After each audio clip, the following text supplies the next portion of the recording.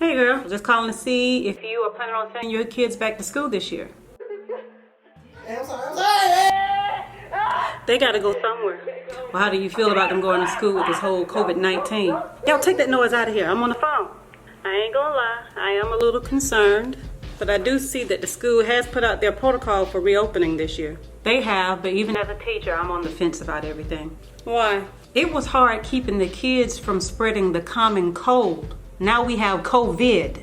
I can't depend on the parents to keep those little weapons of mass destruction home if they start showing symptoms. Well, look, I can't afford to keep these kids at home this year. I have to work. In this protocol, the school says that the students and teachers will work together to make sure that the classrooms remain sanitized in between classes. I'm gonna be honest with you. Half of these students don't even know how to wipe their own tail, much less keep a classroom sanitized. You right about that? I just sent them to school with a bigger bottle of hand sanitizer this year. Hand sanitizer couldn't keep them from getting a cold. What makes you think it's gonna keep them from getting COVID? Are you gonna let your kids ride the bus?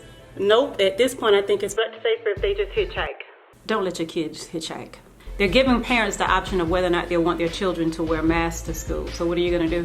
My oldest two are fine with wearing the mask, but my youngest one hyperventilates every time I put it on him. Wait a minute, isn't that the nasty one that likes to eat his own boogers? Yeah, but he don't eat his boogers as much as he used to. I think he's growing out of it.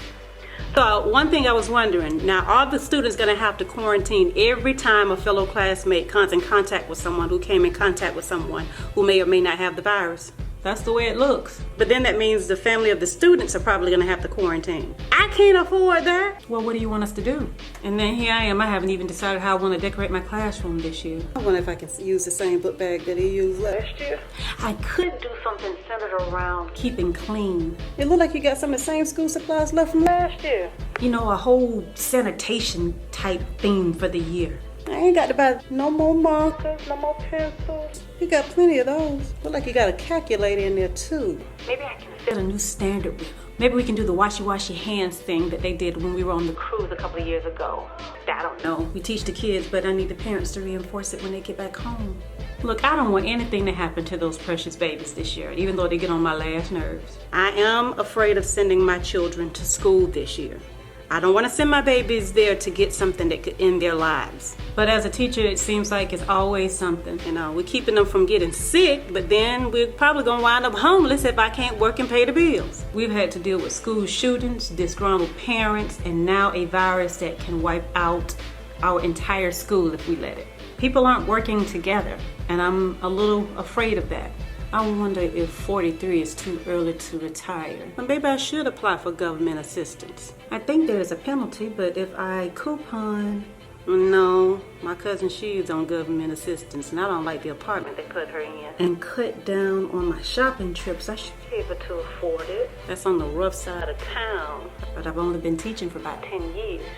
I can't be dealing with all of that. Maybe I could go on disability because of my anxiety from all of this. So what are you gonna do? So what are you gonna do?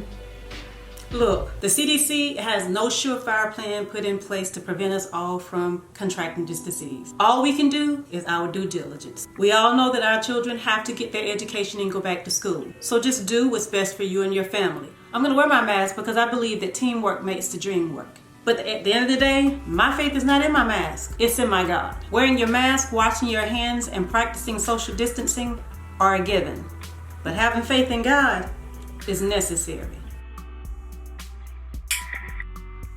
This video has been brought to you by the BMAC Rights Pearl Patreons, Edith Neely, Tina Garter, Marquisha Martinez, Tony Watkins, Naturally Whipped, Evangeline Gonzalez, and Janet Martin. Thank you for your support.